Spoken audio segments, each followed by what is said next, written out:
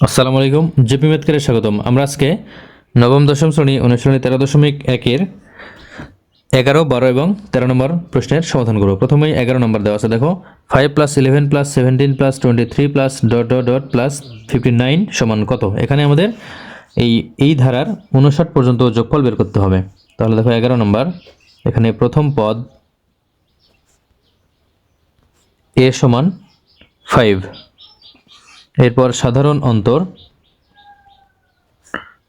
অন্তর যেহেতু এটা সমান্তর ধারা, সাধারণ অন্তর d সমান দ্বিতীয় পদ বিয়োগ প্রথম পদ, তাহলে 11 - 5, তাহলে এখানে হবে 6।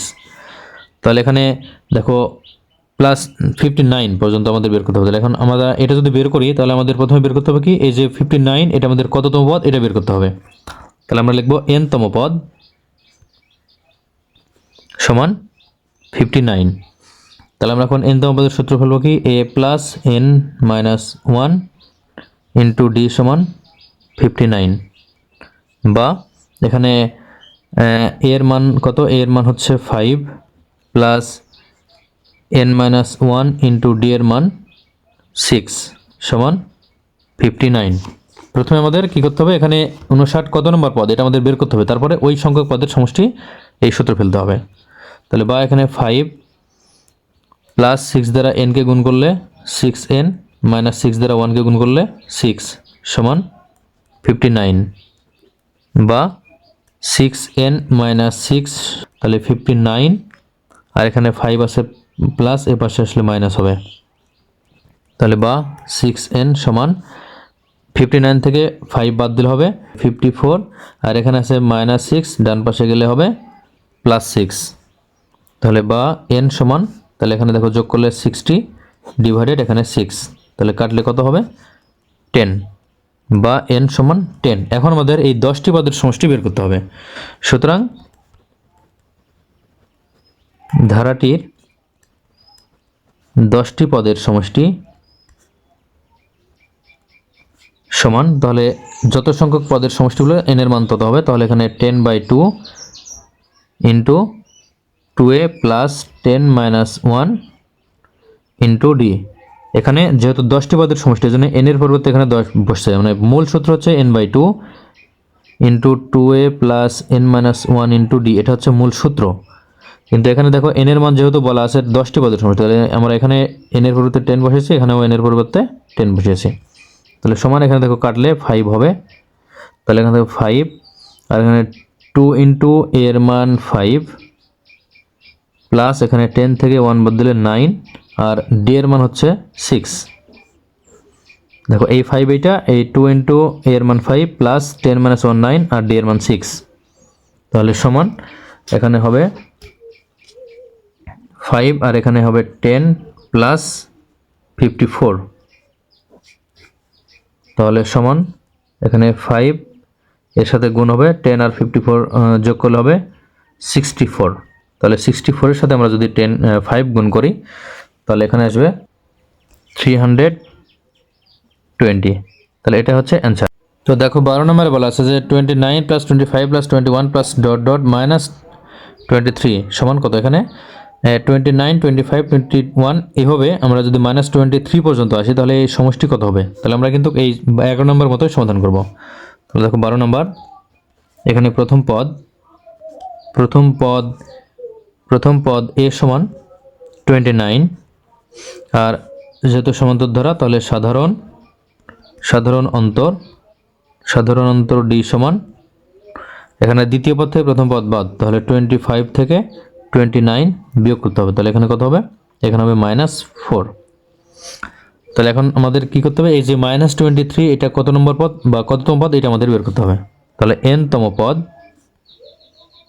সমান -23। তাহলে n-তম পদের সূত্র কি, a plus n - 1 into d সমান -23। তাহলে a এর মান 29 প্লাস n - 1, d এর মান -4 সমান -23। তাহলে এখন এখানে -4 দ্বারা n কে গুণ করলে -4n, এরপরে -4 দ্বারা 1 কে গুণ করলে +4 সমান -23, আর এখানে 29 আছে প্লাস এই পাশে আসলে -29, তাহলে বা এখানে -4n সমান -23 এবং -29, তাহলে এখানে কত হবে?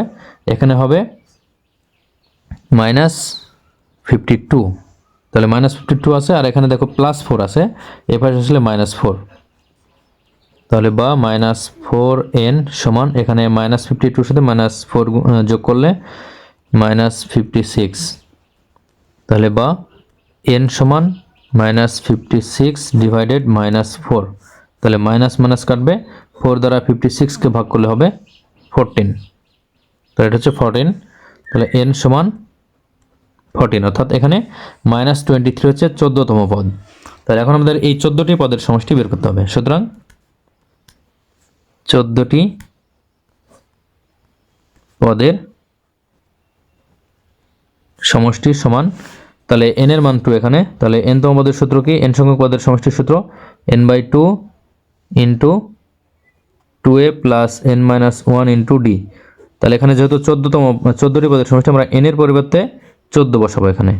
তাহলে এখানে দেখো 14 ডিভাইডেড 2 ইন্টু 2a প্লাস এখানেও 14-1 ইন্টু d।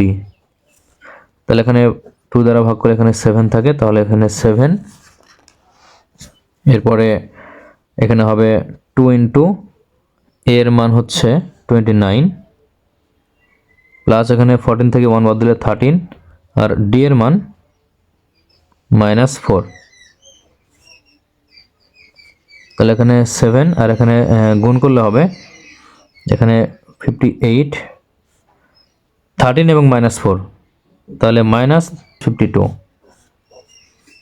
তাহলে সমান এখানে 7 ইন্টু 58 থেকে 52 বাদ, তাহলে এখানে 6, তাহলে এখানে 7 ইন্টু 6 তাহলে 42, তাহলে এটা হচ্ছে অ্যান্সার। তো এখন 13 নম্বর অঙ্ক। 13 নম্বর, কোন সমান্তর ধারার 12তম পদ 77 হলে এর প্রথম 23টি পদের সমষ্টি কত? তাহলে 13 নম্বর মনে করি ধারাটির প্রথম পদ সমান a এবং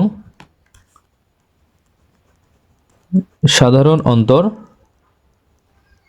সমান d। তাহলে n তম পদের সূত্র কি? n তম পদ সমান a plus n-1 into d, এটা হচ্ছে সূত্র। তাহলে দেখো এখানে বলা আছে 12তম পদ 77, তাহলে প্রশ্ন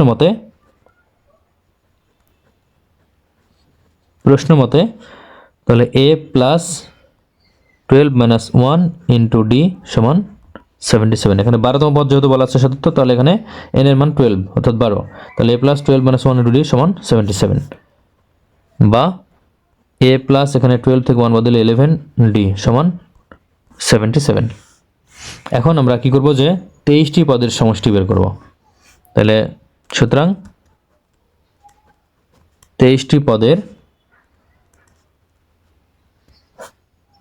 সমষ্টি সমান এখানে 23/2, এখানে যততম পদ বলে n এর মান তত, তাহলে n/2 মানে 23/2 ইন্টু 2a প্লাস n এর মান 23-1 ইন্টু d, তাহলে সমান এখানে 23 ডিভাইডেড 2, এখানে